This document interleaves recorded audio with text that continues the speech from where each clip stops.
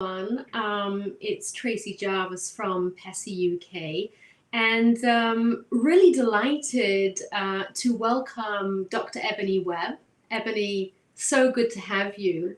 Thank you. Thank you. Thank you for having me and bringing me into this discussion today.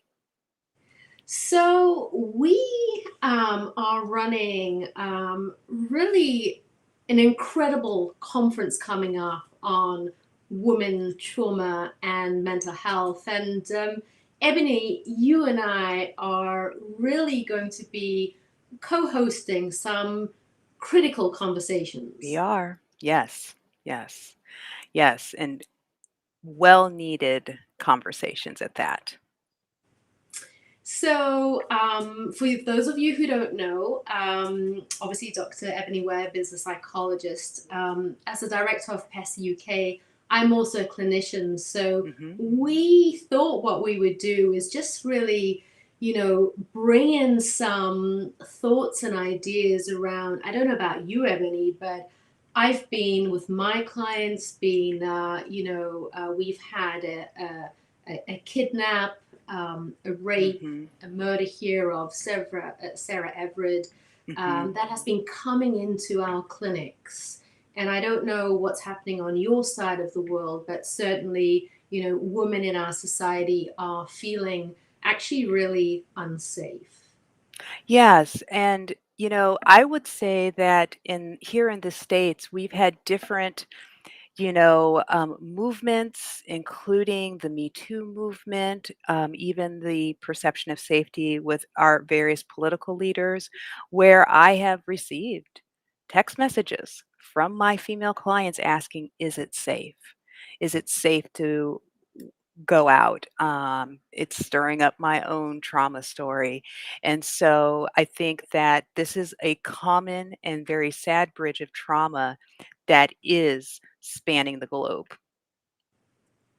And I think, it's incredible because obviously these events have been happening, and it's not the first time, Nope. that we are seeing this really almost like a epidemic of violence towards women kind of Yes. resurfacing yet again. Yes. And in some ways in the UK by authority figures.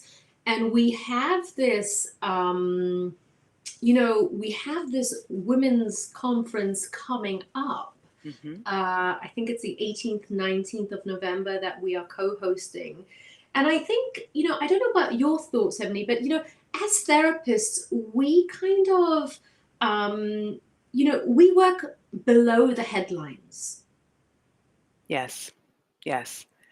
Yeah. And and to your point though, what I think is so important is this isn't new. And in fact, historically, right? We're talking centuries, eons, women have been oppressed and the subject of oppression, right? And of course, we can talk about every, human being and sentient being on this planet having some experience of oppression. And, right, we are going to be hosting this discussion about the impact of women in terms of trauma and mental health. And yes, below the headlines, and that's where we work, and we've known that these things are going on. Right? When it surfaces to the headlines and becomes, I guess, valid and legitimate, that is also another wound for women who have been, suffering and crying out without being heard, right? And I definitely think the intersection of social media has brought these pieces to the surface, right? Often, as you and I, have discussed and talked through here in the States, say with the case of Sandra Bland, a part of that was because of what she recorded on her phone. Right. And so there's so many pieces where victims have to record themselves if they're lucky to get justice. And unfortunately, often justice after the grave, right? And so it's an important discussion because we as clinicians are hearing those stories of those who are invisible, those who don't have the power, and we're trying to heal those wounds that continue to perpetuate generation to generation. Hmm. And I think, Ebony, you raise such a, it's a critical point. It's not just a Mhm. point, it's an absolute point that it's kind of what I heard you say is that what does it have to get to? Mhm. What needs to happen? For example, does someone have to be murdered in a very violent way Mhm. for it to make the headlines, for it to get attention, for something to happen so that people start waking up Mhm. about these kind of issues and women's place in society? Like, Mhm. where do we, like, why does it always have to go this way? Yeah. Why aren't greater things being done in the here and now, that it has to Mhm. get to the point where some horrific tragedy has to happen, whether it's in the UK, whether it's in the US, whether it's in Africa, Asia, Australia, before we kind of start seeing, things starting to take shape? Yeah, and I think that is often been the historical pattern, right? People have to render their pound of flesh in order for it to become real, right? And I remember having sat at this table with an indigenous woman in Minneapolis who talked about that there was such a need for people to recognize that when we tell our stories, women of color, what have you, that these are often untreated, festering wounds. And for her, her frustration was that I have to rip open that wound again and start bleeding for you to know that this is real. And when you finally know it's real, I still have to do the work of healing that wound all over again. And that I ask that you have the compassion when you inquire about my story, that you don't force me to reopen my wounds. So I think that's the piece here is that, right? How many times do persecuted groups have to open their wounds before they decide it's not worth it, right? Mm, And they suffer in silence, right? And, and then there can be the anger behind it that this only becomes legitimate when I open these wounds, right? Or someone has to die, right? And I think I understand the intention, but there were misguided communications. Um, say with some of the issues that have happened in my nation, where people will say, "Thank you for your sacrifice," and gratitude for a person who had to lay their life down in order for there to be validity. So, I think we're at a real critical point here. When do we decide, like you're saying, no more?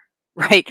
No more of, sacrificing people for this to become legitimate. And there is a difficulty, right? Because our attention spans have gotten very short. So my fear, even with the case that has just happened for you all here in London, is when does this become a soundbite? When does Sarah no longer become relevant for the next soundbite? Right. And that's the problem, is that we keep shifting and then it no longer becomes valid and the next fun thing, or in like, so that's the hard part here, you know yeah, yeah. And you raise an interesting point, and I want to sort of add to that. And I know we've got an audience question coming in, yes. but one of the reasons why I decided to start this women's conference, which has now become the biggest women's conference in the world, talking about women, trauma, and mental health, is because when we look at some of the statistics, if we Mhm. look to trauma statistics, sort of like in terms of diagnosis, women have higher rates of PTSD, they Mhm. have higher rates of depression, they have Mhm. higher rates of anxiety. They have so many more diagnoses, Mhm. understandably, because of what we've really been talking about, place in society, not being heard, these burdens that have gone from this century, 200-300 years ago. Mhm. Mhm. And yet the rates of diagnosis are still creeping up. Yes. Mhm. Yeah. And I think that this is the hard part, right? Because even those diagnostic categories have been used to marginalize women, right? Exactly. Women who were suffering horrific amounts of abuse, right, are told that they are hysterical, right? And there's something wrong in their bodies that needs to be corrected, right? And so then that deepens the general distrust of our authority as healers to genuinely heal in their best interests, right? And so we are continuing to see those high rates because perhaps we still have not captured what is the essence of healing. And maybe it goes beyond the diagnostic category. The categories are important, but also does it soften our lens of compassion or just put victims into a box that we can control? And so Mm. I think those are the important discussions that we have to address at this conference. And I think we will in terms of new ways of being. Um, and I think the very nature of this conference, right, um, is I think one of the solutions because historically these categories, these discussions of what's happening to women have been led by men. There have been many men at these tables talking about the problems of women. And so I'm excited to be a part of and share a table with deep thought leaders that are women of color because that is, I mean, I think it's always interesting, isn't it? Let's talk about the problem of women. Let's talk about the problem of people of color, but there are none of those people at the table to talk about those problems. Okay. Exactly. So, Exactly. I think that's an important part of this, discussion of how do we reduce ongoing harm? How do we decrease these rates? I think it's really having women talk about this from the inside out. Yeah.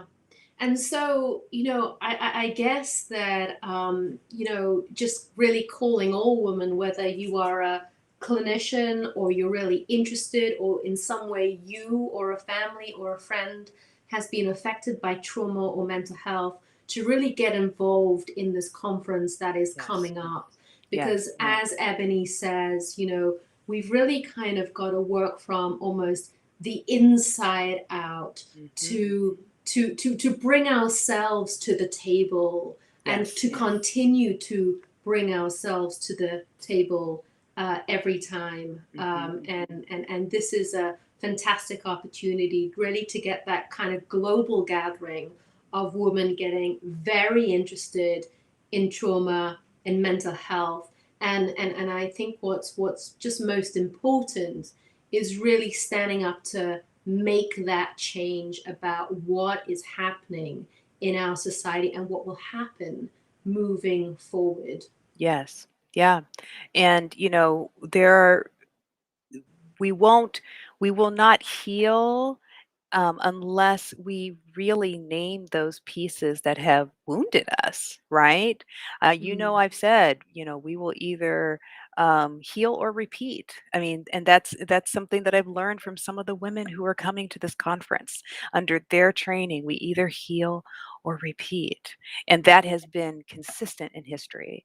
Um, and women need to lead these conversations. But not only that, I feel what's very important to understand is how hard it is to stand in this sense that we are worthy to live, right? Yeah. Because throughout various periods, the way that women have been perceived is not on equal par, you know, and so, I do DBT, and DBT has a tagline of building a life worth living. Well, with trauma, we're going to talk about that intersection at this conference.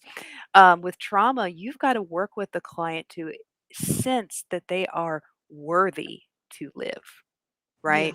And when you hear stories and cases like what just happened in London, what has happened, right? That this person, this woman is not worthy to live her life walking home.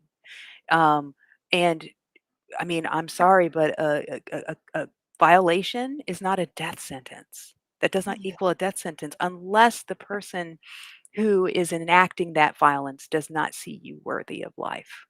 And Mm. so we have to restore that, right? And I hope that we can, provide tools, and I believe we will, that instills that sense of the worthiness to live, right?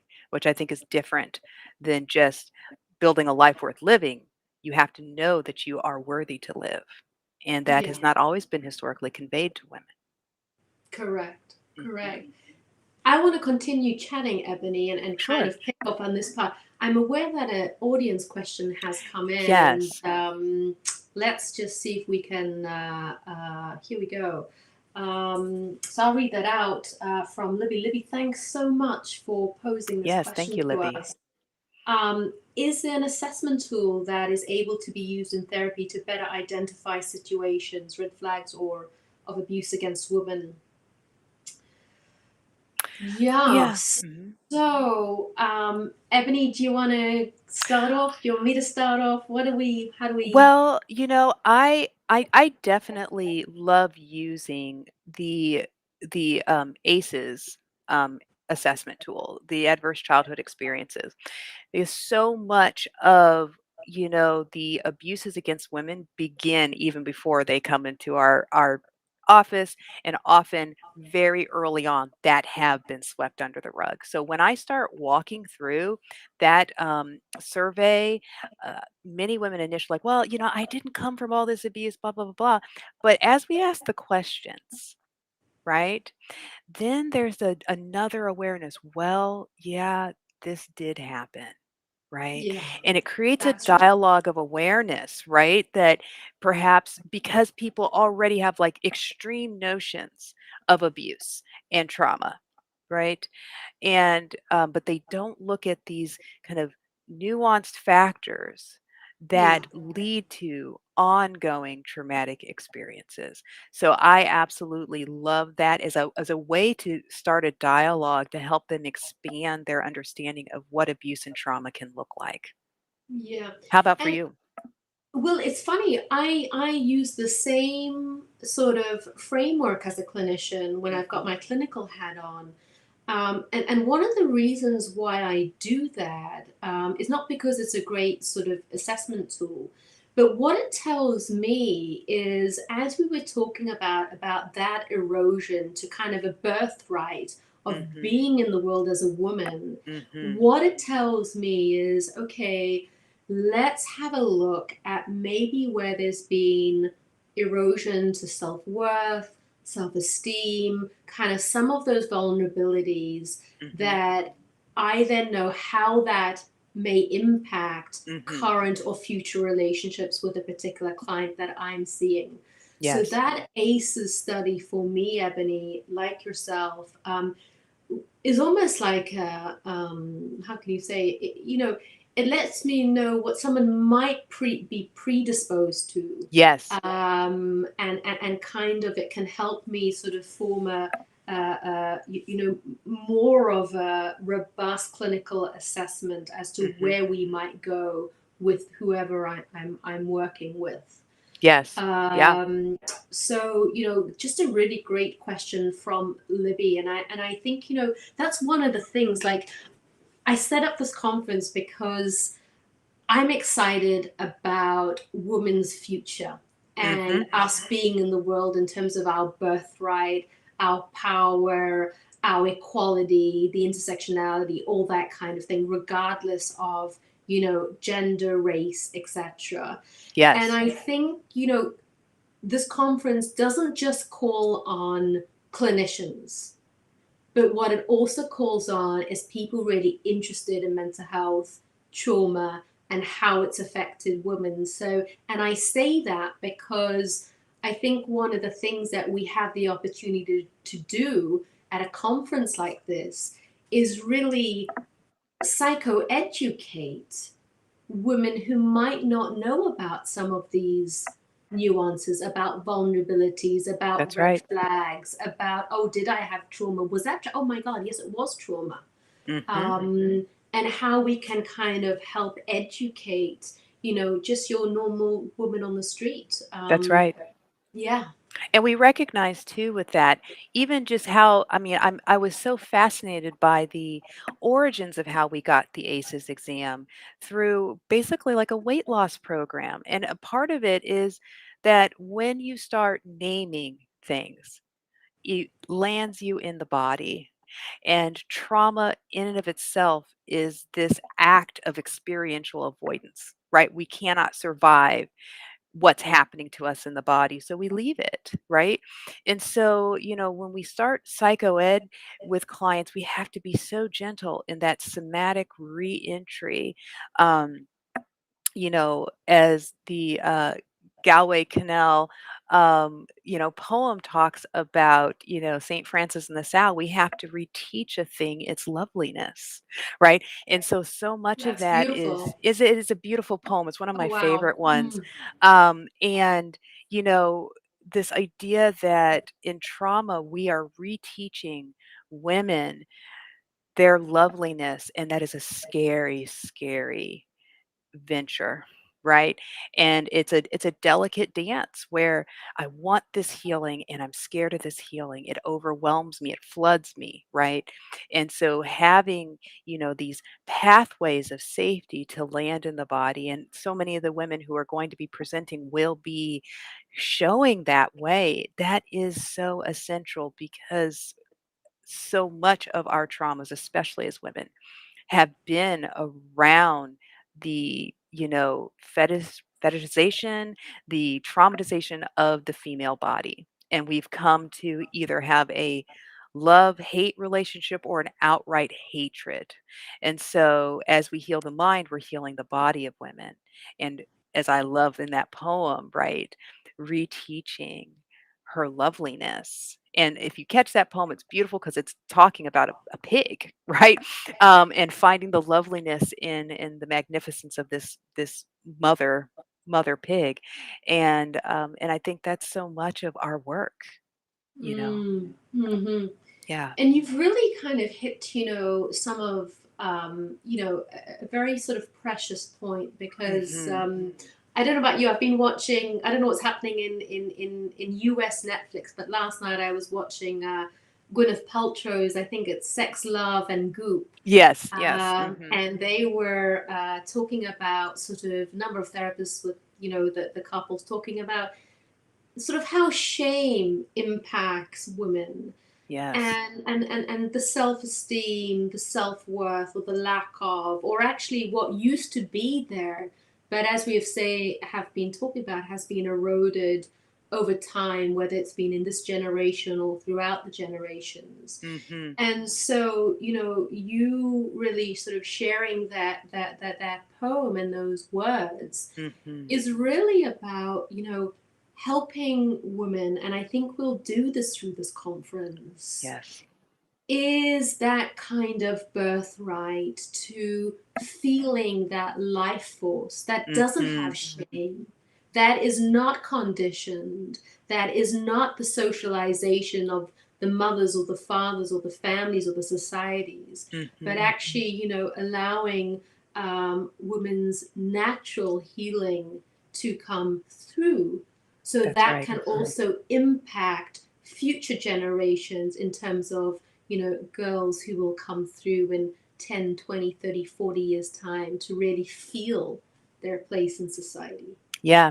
Yeah, and it's interesting as you say that because yeah, if we continue to decimate and destroy and traumatize the female body, you are destroying future generations, right? Absolutely. You are destroying the opportunity for future generations. And um, I think we all have our television shows, and my husband happened to glance as I was watching there's a show, Why the Last Man, which is about this post-apocalyptic point where all men have died except for one man and a monkey, which I think is hilarious.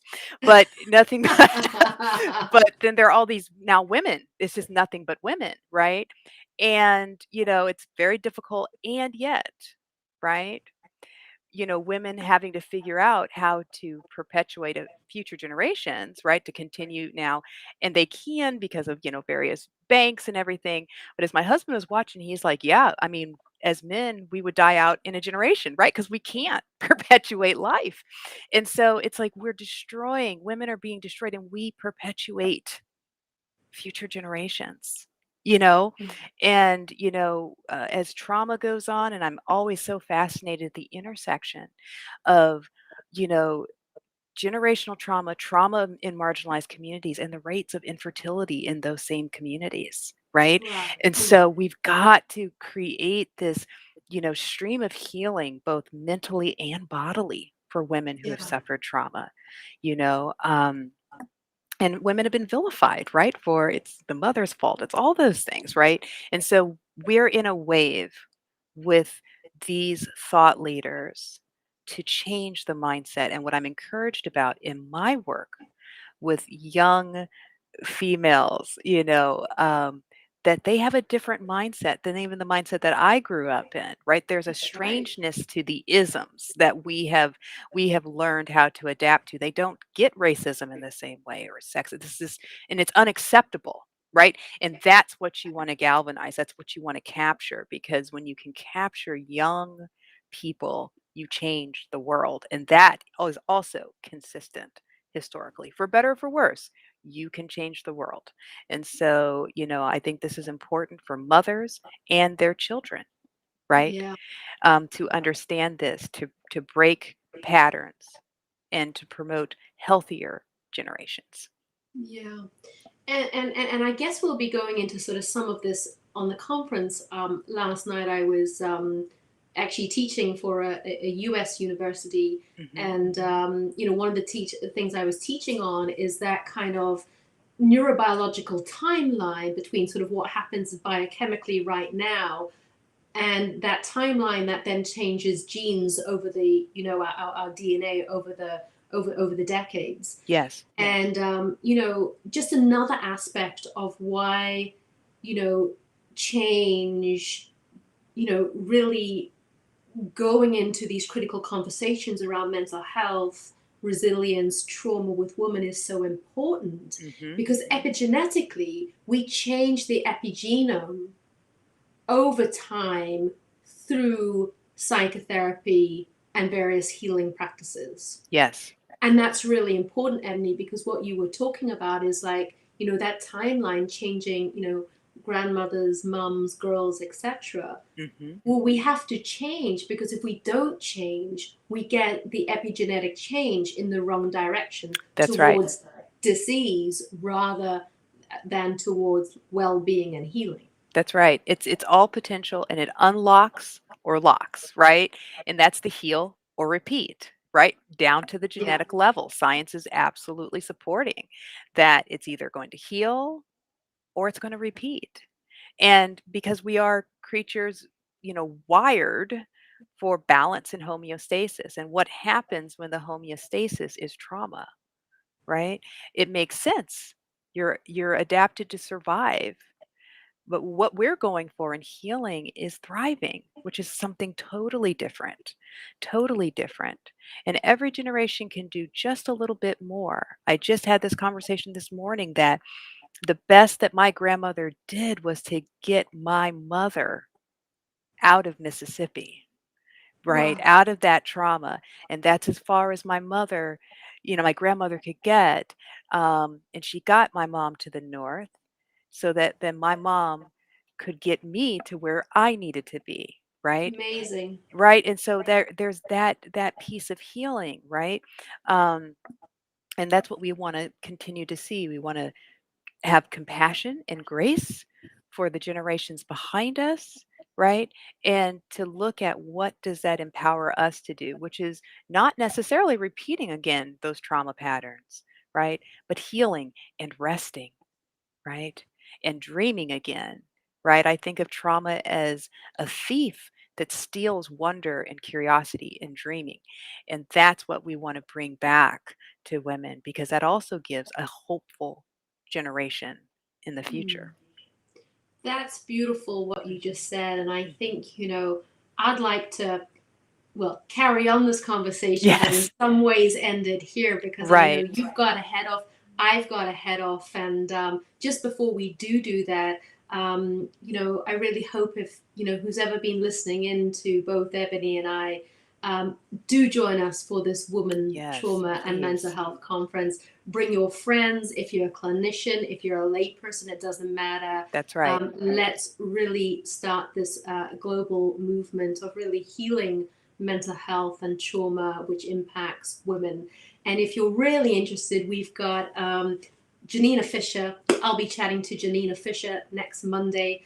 Join Wonderful. us. I've forgotten the time, but we'll be putting it on our social feeds. So look forward to seeing you there. And we'll be talking all about and going more in depth about trauma and, how we really heal from that if you have been impacted by it. That's right. It's going to be a Ebony, great time. it is. It's so just great to jam and have some time with you. And Yes. I'm looking so forward to co hosting this really important conference together. Yeah, me too. And it's, stay tuned, more to come. And this is just the beginning, right, of an ongoing dialogue. And that's what's so important. So, absolutely, I'd love to see as many people as possible, generational, all the intersections, because we all need to come to this table of discussion. All right. See you guys next week.